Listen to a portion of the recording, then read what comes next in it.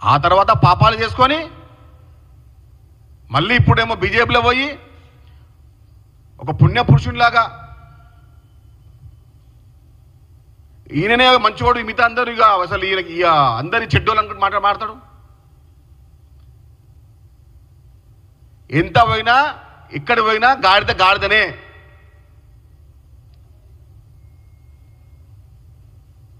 BRS పార్టీలో BJP party పోయినంత మాత్రాన ఈటల రాజేందర్ గారు మీరు చేసిన పాపాలు కరిగిపోవు, ఎక్కడ తగ్గిపోవు. మీరు చేసిన పాపాలను కడుగొనడానికే బీజేపీలో చేరి ఇప్పుడు చిలక పలుకులు పలుకుతా ఉన్నాడు. హరీష్ రావు తర్వాత, కేటీఆర్ తర్వాత, కేసీఆర్ తర్వాత ఎవరైనా అరెస్ట్ కావాలరా తెలంగాణ రాష్ట్రంలో అంటే అది మాజీ మంత్రి ఈటల రాజేందర్ మాత్రమే.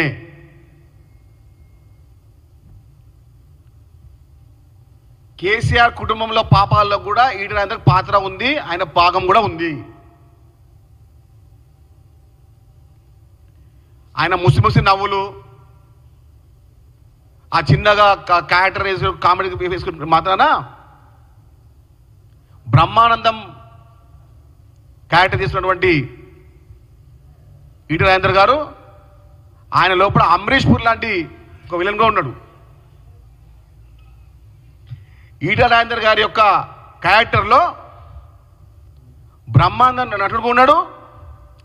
అదేవిధంగా అమరీష్ పూర్ లాంటి ఒక విలన్ కూడా ఉంది. అది మీకు కనపడదు.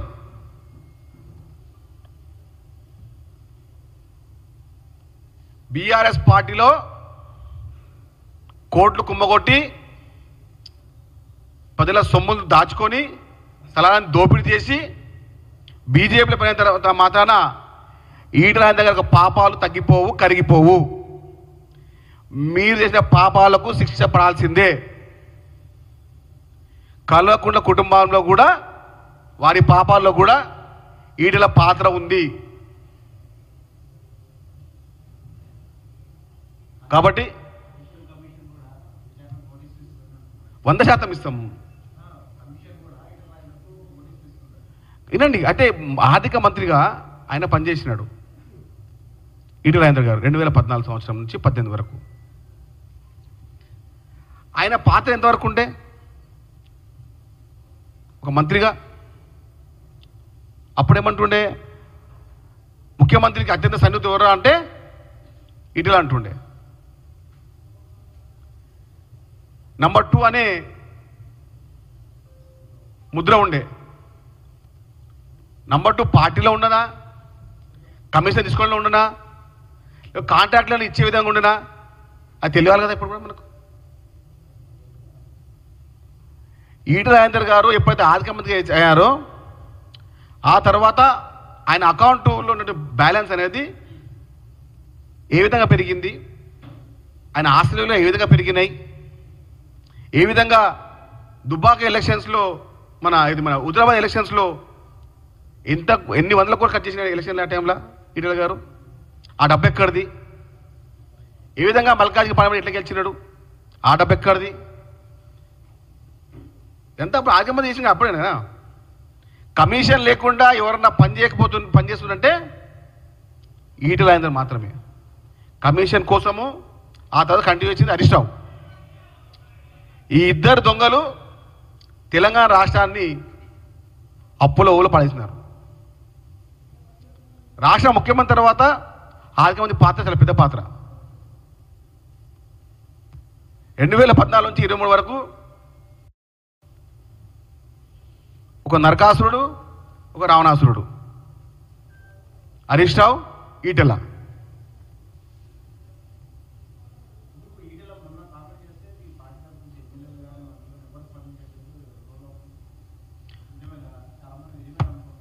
అట్లే ఇప్పుడు ప్రతాప్ గారు ఏ సమయంలో స్పందించాలో ఆ సమయం స్పందిస్తూ ఉంటాం. సమయం తగ్గట్టు వ్యవహారం ఉంటుంది. ఈటల రాజేందర్ లాంటి నాయకుడు ఇట్లా అబద్ధాలు మాట్లాడితే, నేను చాలా మంచి వ్యక్తుని, తెలంగాణ రాష్ట్రంలో నాలాగే మంచివాడు ఎవడు లేడు, నేను మాట్లాడే ప్రతి మాట నిజం, నా పలుకులన్నీ సత్య పలుకులే అని మాట్లాడే ఈటెల రాజేందర్ గారు నిన్న టీవీ ముందు కూర్చొని తన అద్భుత నటనని, తన హావభావాలని, తన నటన నైపుణ్యాన్ని, తన రచయిత యొక్క వ్యవహారాన్ని మంచిగా పండించిండు. 2014 సంవత్సరంలో అప్పుడు నువ్వేం చేసినావు? పచ్చకామలున్న ప్రతి వ్యక్తిని అటవస్తున్నావు. కామలున్న వ్యక్తి 2014 సంవత్సరంలో నువ్వు కమిషన్లు తీసుకొని నీలాగంతా పనిచేస్తా అనుకుంటారా?